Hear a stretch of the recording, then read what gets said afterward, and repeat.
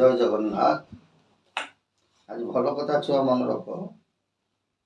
ଓଡ଼ିଶାରେ ଭାରତ ଯୁଦ୍ଧ, ଆମର ଯୋଉ କହନ୍ତି ଓଡ଼ିଆ ମହାଭାରତ ଯୁଦ୍ଧ ଅଛି, ଗାଁରେ ସବୁ କୁହନ୍ତି ନାହିଁ ନା, ଦ୍ୱାପର ଯୁଗରେ 17 ଦିନ ଓଡ଼ିଆ ମହାଭାରତ ଯୁଦ୍ଧ ହେଲା, ଆଉ ଓଡ଼ିଆ ବାକି ଅଛି କଳି ଯୁଗରେ ସରିବ, ବାସ୍ତବରେ ସରିଯିବ। ସମୟଟା ଖୁବ୍ ନିକଟ, କିନ୍ତୁ ଏତିକି ମନେ ରଖିଥାଅ, ହେଲା ହେଲା ବୋଲି ହୁରି ପଡ଼ିଥିବ ହେଳାରେ କାଟିବ। ସମସ୍ତେ କହୁଛନ୍ତି ହେଇଗଲା ହେଇଗଲା ହେଇଗଲା ଅମୁକ ହବ ସମୁକ ହବ କହୁଛନ୍ତି, ହଉନେଇ। ହଉଛି ନ ହଉଛି ମହାପୁରୁଷଙ୍କ ବାଣୀଙ୍କ ଉପରେ ଅନେକ ଅବିଶ୍ୱାସ ଆସୁଛି, ବୁଝିପାରୁଛି। ଏତିକି ମନେ ରଖିଥାଅ, ମହାପୁରୁଷଙ୍କ ବାଣୀ ବା ପଞ୍ଚସଖାଙ୍କ ବାଣୀ ଅକ୍ଷର ଅକ୍ଷର ସତ୍ୟ, କିନ୍ତୁ ସେ ସମୟ ଦେଇ ନାହିଁ, ବୁଝିପାରୁଛି।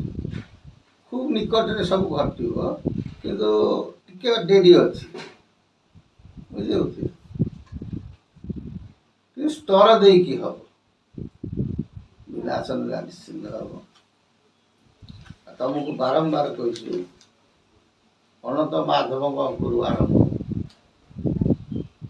ମୁକୁନ୍ଦ ଦେବଙ୍କ ଅଙ୍କରେ ଶେଷ ହେଲା। ଅନନ୍ତ ମାଧବ କିଏ? ସେ ନା ସ୍ୱୟଂ ଠାକୁରଙ୍କ ଅଂଶରୁ ଜଣେ ଆବିର୍ଭୂତ ହେଇଛି। ଯୋଉ 17 ଦିନ ଓଡ଼ିଆ ମହାଭାରତ ଯୁଦ୍ଧରେ ଓଡ଼ିଆ ବାକି ଅଛି, ସେ ସମଗ୍ର ପୃଥିବୀରେ ହବ ହେଲା। କିନ୍ତୁ ଶେଷ ସମୟଟା ସିଆଡୁ ପଦାରେ ହେଇକା ଶେଷରେ ଓଡ଼ିଶାରେ ଘଟିବ ହେଲା। ଓଡ଼ିଶାରେ ଯୋଉ ଯୁଦ୍ଧ ହବ କୋଉଠୁ? ଯାଜପୁରରୁ ଏକାମ୍ର କ୍ଷେତ୍ର ଲିଙ୍ଗରାଜ ପର୍ଯ୍ୟନ୍ତ ବେଶୀ ବଡ଼। ସେ କେବେ ଘଟିବ? ଏ ଦିବ୍ୟସିଂହ ମହାରାଜଙ୍କ ସମୟରେ ଘଟିବ ନାହିଁ, ସେ ମୁକୁନ୍ଦ ଦେବଙ୍କ ସମୟରେ ଘଟିବ ହେଲା। କୋଉ ମୁକୁନ୍ଦ ଦେବ? ନା ବାଳ ମୁକୁନ୍ଦ ଦେବ। ବାଳ ମୁକୁନ୍ଦ କିଏ? ସେ ନା ବୃଦ୍ଧ ବାଳକେ ହେବେ ରାଜା, ସୁଖରେ ପାଳିବେ ମହିପ ରାଜା। ଜଣେ ବୟସ୍କ ଲୋକ ହେଇଥିବ, ସେ ବାଳକଙ୍କ ସଦୃଶ ଥିବ, ଛୁଆଳିଆ ପରି ଢାଞ୍ଚା ଥିବ ହେଲା। ବାଳ ବୃଦ୍ଧ ଅଙ୍କେ ସମସ୍ତେ ଧରନ୍ତି କଣ, ମାନେ ଆମେ ଭୁଲ କହିଲୁ, ବୃଦ୍ଧ ବାଳ ଅଙ୍କେ ହେଲା। ସମସ୍ତେ କୁହନ୍ତି କଣ, ମାନେ ବାଳ ବୃଦ୍ଧ ଅଙ୍କେ, ବୁଝିଯାଉଛି ନା। କିନ୍ତୁ ସେଟା ହଉଛି କଣ, ବୃଦ୍ଧ ବାଳ ଅଙ୍କେ, ମାନେ ବୟୋଜ୍ୟେଷ୍ଠ ବ୍ୟକ୍ତି ବିଶେଷ ହେଇଥିବ। ସେ ଛୋଟ ଛୁଆଙ୍କ ପରି କଣ ହେଇଥିବ, ସଂସାର ଭିତରେ ଭ୍ରମୁଥିବେ, ତାଙ୍କୁ କେହି ଚିହ୍ନି ପାରିବେ ନାହିଁ। ତାଙ୍କରି ମୁଣ୍ଡରେ ହାତୀ କଣ କରିବ, ସୁନା କଳସ ଢାଳିବ। ଆମେ କହୁନୁ, ମହାପୁରୁଷ ଯାହା ଲେଖିଛନ୍ତି, ସିଏ ସେଠୁ କଣ ହେବେ, ରଜା ହେବେ ହେଲା। ତେଣୁ ମହାପୁରୁଷ କହିଲେ ବାଳ ବୃଦ୍ଧ ଅଙ୍କେ କଣ ହବ, ରଜା ହେବେ, ବା ବାଳ ମୁକୁନ୍ଦ ଦେବଙ୍କ ଅଙ୍କରେ ଖେଳ ହବ। ସେ ଯୋଉ ବାଳ ମୁକୁନ୍ଦ ଦେବଙ୍କର ସମୟରେ ଦକ୍ଷିଣ ଦିଗରୁ ସୈନ୍ୟମାନେ ଆସିକି ଓଡ଼ିଶାକୁ ଆକ୍ରମଣ କରିବେ ବୋଲି ମହାପୁରୁଷ ହାରିବନ ଦାସ କଣ କରିଛନ୍ତି, ଏ କଥା କହିଛନ୍ତି। ହାରିବନ ଦାସ ଯୋଉ କଥା କହିଛନ୍ତି, ସେଇ କଥାକୁ ତମେ ତର୍ଜମା କରିବ। କଳିକଳ୍ପ ଗୀତା ଅଚ୍ୟୁତଙ୍କର ଅଛି, ତା ଦେହରେ ମଧ୍ୟ ସେ ଲିଖିଛି। ମୁକୁନ୍ଦ ସମୟରେ ବହୁତ ଖେଳ ଅଛି। ତାଙ୍କ ସମୟରେ ମୀନଶନି ଗୁରୁବାର ପଡ଼ିବ। କୋଉ ଗୁରୁବାର? ନା ବୈଶାଖ ଶୁକ୍ଳ ଅଷ୍ଟମୀ ଗୁରୁବାର ହେଇଥିବ। ବୈଶାଖ ମାସ ହେଇଥିବ, ଶୁକ୍ଳ ପକ୍ଷ ହେଇଥିବ, ଅଷ୍ଟମୀ ତିଥି ଗୁରୁବାର ହେଇଥିବ। ସେଟା 32ରୁ 34 ଅଙ୍କ ପର୍ଯ୍ୟନ୍ତ ତାଙ୍କର ମୀନଶନି ଭୋଗ ହବ। କିନ୍ତୁ ବର୍ତ୍ତମାନ ମୁକୁନ୍ଦ ଦେବ ତାହେଲେ ଦିବସ ଦେବ ଆଙ୍କ ପରେ ଯିଏ ଆସିବେ କ'ଣ ସେ ତାରିଖଟା କେବେ କହିହବ ନାହିଁ ହେଲା। ସିଏ ଯେତେବେଳେ ଆସିବେ ମୁକୁନ୍ଦ ଦେବ ତାଙ୍କରି ସମୟରେ ଏଇ ଘଟଣା ମାନ ଘଟିବ। କ'ଣ ଘଟିବ ନା ଓଡ଼ିଶାରେ ଓଳିଏ ଯୁଦ୍ଧ ହବ ହେଲା। ମହାପୁରୁଷ କ'ଣ କହୁଛନ୍ତି? ମହାକଳିଗୋଳ ଚହଳ ପଡ଼ିବ ଠାବେ ଠାବେ ମୁକୁନ୍ଦ ଦେବ ଅଙ୍କରେ ସୈନ୍ୟ ମାରି ଆସିବେ। କହିଲେ ମହାକଳିଗୋଳ ଚହଳ ପଡ଼ିବ ଠାବେ ଠାବେ। ବର୍ତ୍ତମାନ ତମେ ଦେଖ ମଣିଷ ଗୁଡ଼ାକ ପିମ୍ପୁଡ଼ି ହେଇଗଲେଣି ନା ନାହିଁ? ମଣିଷ ବର୍ତ୍ତମାନ ମାରୁଛନ୍ତି ନୃଶଂସ ଭାବ। ଅତୀତରେ ଦୁର୍ବଳ ପଶୁଙ୍କ ଉପରେ ସବଳ ମନୁଷ୍ୟ ଆକ୍ରମଣ କରୁଥିଲେ। ଛେଳି କାଟି ଖାଉଥିଲେ, କୁକୁଡ଼ା କାଟି ଖାଉଥିଲେ, ଏସବୁ ନଥିଲା। ବର୍ତ୍ତମାନ ସମୟ ଦେଖ ମଣିଷ ମଣିଷକୁ ମାରିବାକୁ ପଛଉନି। ସମୟଟା କୋଉଠି ପହଞ୍ଚିଲା?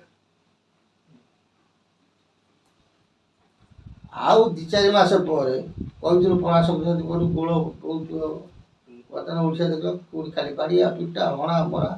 ଅତୀତରେ ଯାହା ହେଉଥିଲା ବର୍ତ୍ତମାନ ବେଶୀ ହେଇଗଲାଣି ଆରମ୍ଭ ହେଲାଣି। ଆଉ ଗୋଟେ ମନେ ରଖିଥାଉ ନଭେମ୍ବର ମାସରେ ଆହୁରି ଗୋଳ ସୃଷ୍ଟି ହେଉଛି। ଏମିତି ଗୋଟେ ସମୟ ଆସିବ ଲୋକ ରାସ୍ତାରେ ଯିବାକୁ ବର୍ତ୍ତମାନ କିଛି।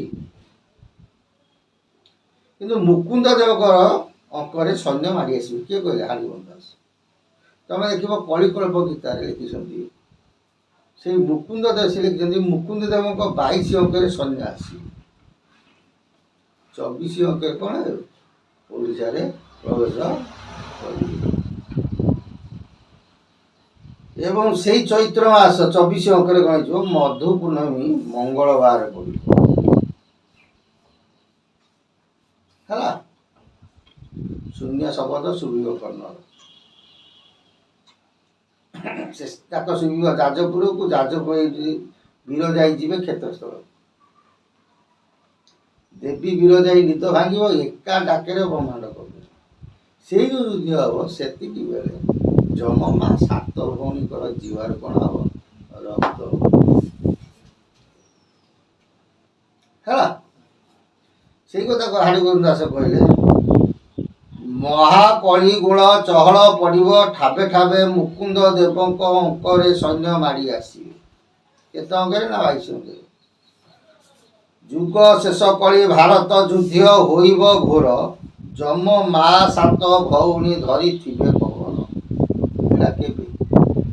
ମୁକୁନ୍ଦ ଦେବଙ୍କର 24 ଅଙ୍କରେ ହେଲା।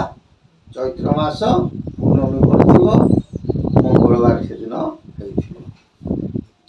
ରକତ ନଦୀରେ ବହିବ 3 ତାଳ ବହିନି ରସନା ବୁଲାଇ ଧାଇଁବେ ନବ କୋଟି ଗାନ୍ତାନି।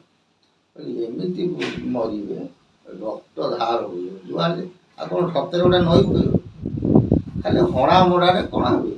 ମରିବେ। ରସନା ବୁଲାଇ ଧାଇଁବେ ନବ କୋଟି ଗାନ୍ତାନି। ରସନା ବୁଲାଇ କ'ଣ? ଝିଅ ହଲ ହଲ ହେଲା। ନାଭି ଖଣ୍ଡଭୂମି ମଧ୍ୟରେ ଘୋର ସମର ହେବ ଲିଙ୍ଗ ରାଜକ୍ଷେତ୍ର ମଧ୍ୟରେ ଭୈରବୀ ଡାକିବ। କେବେ? ଏ ମଧୁ ପୂର୍ଣ୍ଣମୀ ମଙ୍ଗଳବାର ଶୂନ୍ୟ ଶବଦ ଶୁଭିବ କର୍ଣ୍ଣର। ମୁକୁନ୍ଦ ଦେବଙ୍କର 24 ଅଙ୍କରେ। ବାହାର ହୋଇବେ ବିରଜା କରେ ଖପର ଧରି ବାରଣ ବେଳକୁ ଭକ୍ତଙ୍କୁ ବାଛି ରଖିବେ ହରି।